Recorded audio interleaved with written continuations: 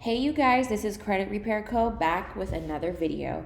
I want to show you one of our clients that we were able to boost his score over 200 points. As you can see here, he started with a 550 when he came to us. He had one late account right here that we removed. So again, one account 550, and this was back in December 21st. And I want to show you his results today. March 18th, he's now at a 749. As you can see here, we removed his late payment account and we also added a trade line account. As you can see here, the Barclays Bank trade line account, it has 20,400 on it.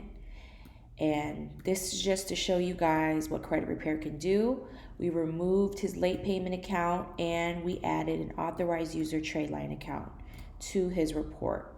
So that definitely helps. So that's amazing to go from a 500 to a 749 just by removing one late payment account and adding an authorized user trade line account.